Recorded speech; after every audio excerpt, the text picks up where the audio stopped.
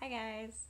So in an attempt to finally finish The Mists of Avalon, I am going to start a new reading vlog and hope that it motivates me to get the last part of this book done. So I have it right here. Mists of Avalon by Marion Zimmer Bradley. I've been reading this for ages. I have literally like 70 pages left. That's it. That's it. And I'm trying to finish it before Sunday night. And today is Wednesday, so I have a couple days.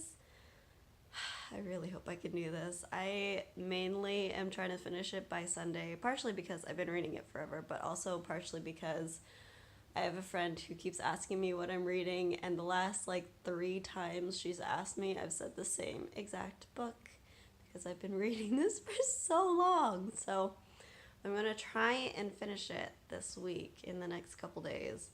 Hopefully this will help me out.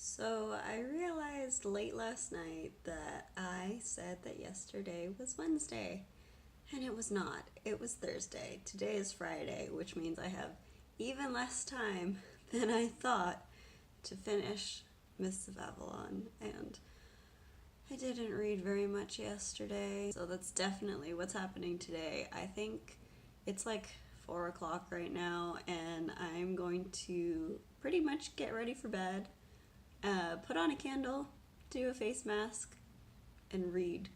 Make myself read. That sounds really relaxing and pleasant right now. It's been a long week. It's been a long day.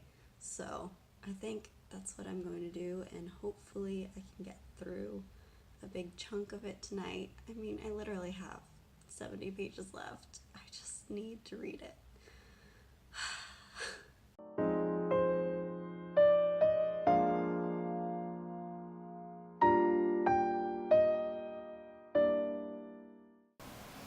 How many pages do you have left?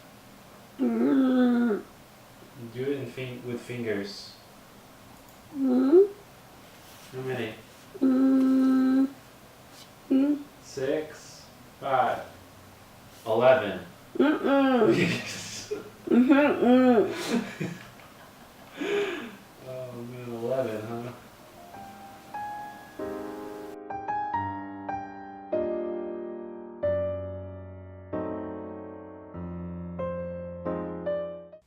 I finished! Finally! I am done. I'm done with The Mists of Avalon by Marion Zimmer Bradley. I have some mixed feelings about this book. It was a King Arthur retelling from the perspective of the women, and the style of writing is kind of weird. It's told as a legend, and there's a lot of sorcery and religion and mysteries and things that you don't always understand what's actually happening in reality and what's just the writing. So that kind of threw me off a little. There's a lot of characters you're following, and some of them I liked more than others. I absolutely hated Guinevere. I could not stand any of her chapters, so that made it difficult to get into. But then at the same time, I also really enjoy the story of King Arthur and all of the magic that's involved. So I don't really know what I'm going to rate this book yet. I have to figure out my thoughts on it more after a little while of letting it sink in. It's a long book. There's a lot of content here, so I need to go back over it and figure out what I liked, what I didn't like, how I felt about it in general. But it's done, and I'm so happy.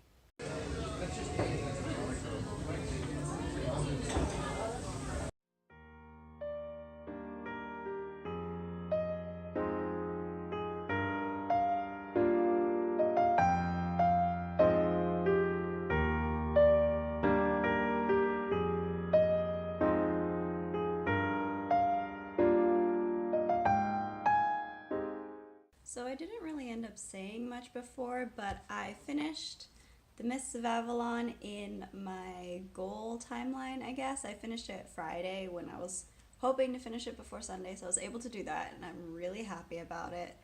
I have had a little bit more time to think about this book, and there are aspects of it that I appreciate. Like, I'm not completely familiar with the official, I guess, King Arthur legend. I know a bunch of adaptations, and I know how the general story goes, but I can see where Marion Zimmer Bradley kind of differs from that. The way that she tells it kind of feels realistic. It's like how these legends might have actually happened rather than being like a completely far-fetched fairy tale. So that was an interesting take on it that I haven't really seen before in previous adaptations, but there were still some characters that I liked more than others. You already know my thoughts on Guinevere, but I really enjoyed Morgaine's chapters, and I wish we had more of Morgause. I thought that she was very interesting, and I would have loved to see more from her perspective, but we didn't really get much of that.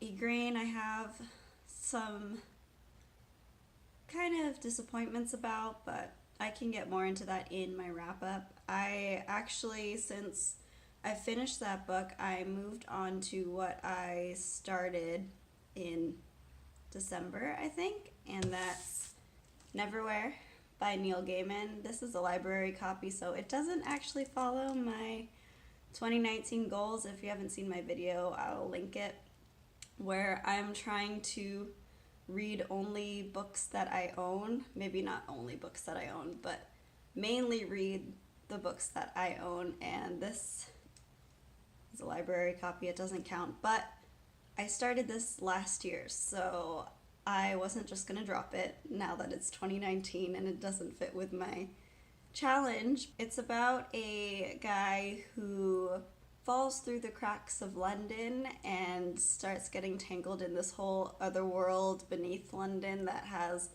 all of these people who have been abandoned or displaced. So there's a lot of fantasy elements. It's really interesting. All of the characters are fascinating and the world is fascinating. I can't put it down whenever I pick it up. I just want to continue reading. It's a lot of fun and also kind of scary, but not scary. It's kind of spooky.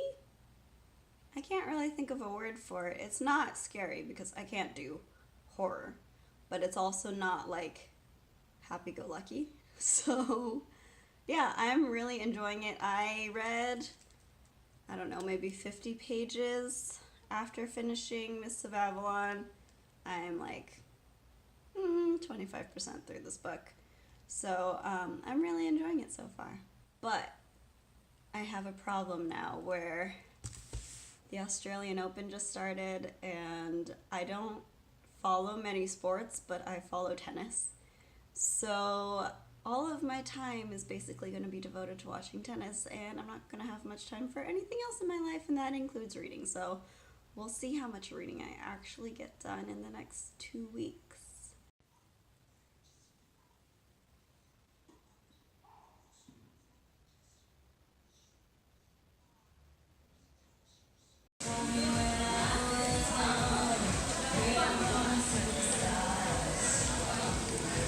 So it's been a minute. I've been very preoccupied with the Australian Open, which is still going. My sleep schedule is completely thrown off because it's on Australian time and I'm up at like 3 in the morning watching tennis. So you can probably see under my eyes, I am very, very tired. But I have been reading during commercial breaks and when matches are boring. So I am halfway through Neverwhere. I'm really liking this. There are some things that I wish were a little bit different. I know that Neil Gaiman isn't really known for explaining his sort of magic that appears in this book, so I wish there was a little more explanation for how people's like talents and knacks work and why some people have them and some people don't seem to and where it all came from. and a little bit more about the world building. But I absolutely love this world. It's so quirky and interesting, and I love getting to learn about it. My only problem is it's very slow learning about it because you're basically following Richard and you're as clueless as Richard is. So he's the main character from London Above who ends up falling into London Below, and he has no idea what's happening or that this world even existed, and you're kind of stuck in his mindset, and that's a little frustrating sometimes, but I mean it makes sense for the storytelling. I just wish there were more details about how this world works.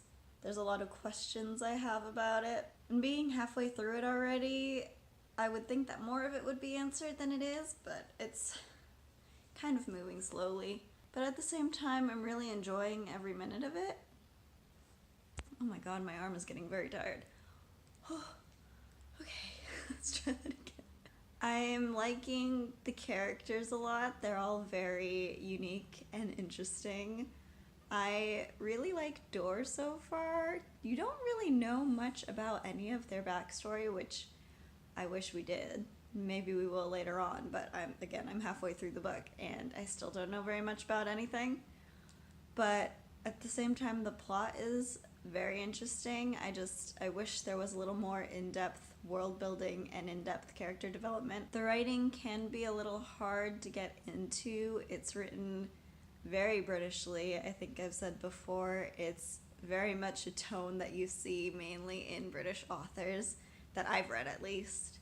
So it's a little hard to follow sometimes, but I don't seem to have a problem with it just because I am very versed in British authors and British people in general. So I actually really like the way that it's written. I know some people don't really like his writing style, but just the syntax of it and the way the sentences are structured are a little different, and I can understand how people would not like it, but I like it.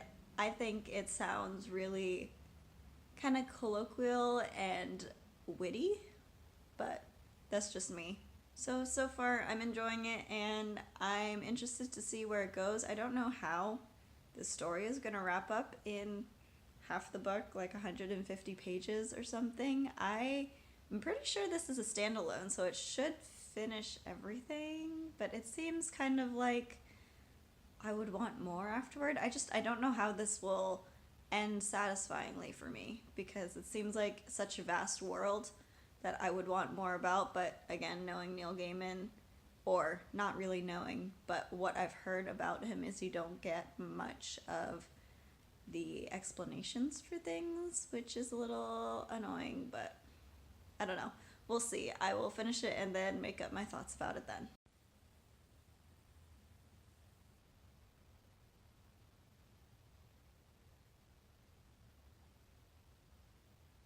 I finished Neverwhere. Last night I read probably 100 pages, a little over 100 pages, because the plot started getting really interesting, so I just kept reading, and it was really good. I really liked this book. There were parts of it that I wish were a little different.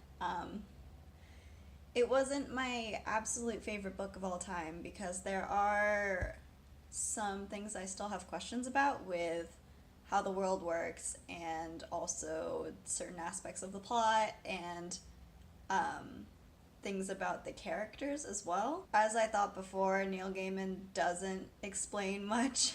There's a lot of things that are left unanswered, which is a little frustrating.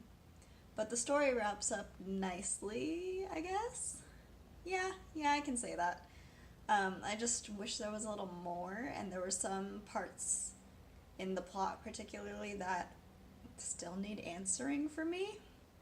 But I Googled it earlier, and in 2017 he said that the next book he's coming out with is The Seven Sisters, which would be a sequel to Neverwhere, and he repeated that in 2018, so that's promising. I am totally reading that when it comes out. It says on Goodreads that it's expected to come out like September 15 or something. I don't know if I believe that, just because it hasn't been said anywhere else, but I can hope, at least. That would have been the perfect timing to read this book, but I'm glad I read it. I really loved the world.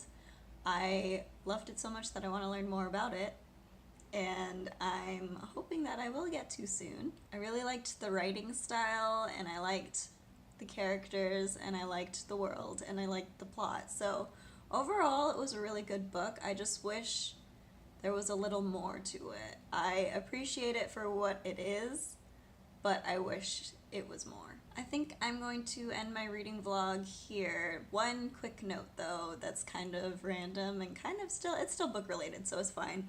I was actually listening to ASMR rooms while reading this, and it's the best thing I discovered. I heard about it from Emily Fox, Books with Emily Fox or Beauty with Emily Fox, same person.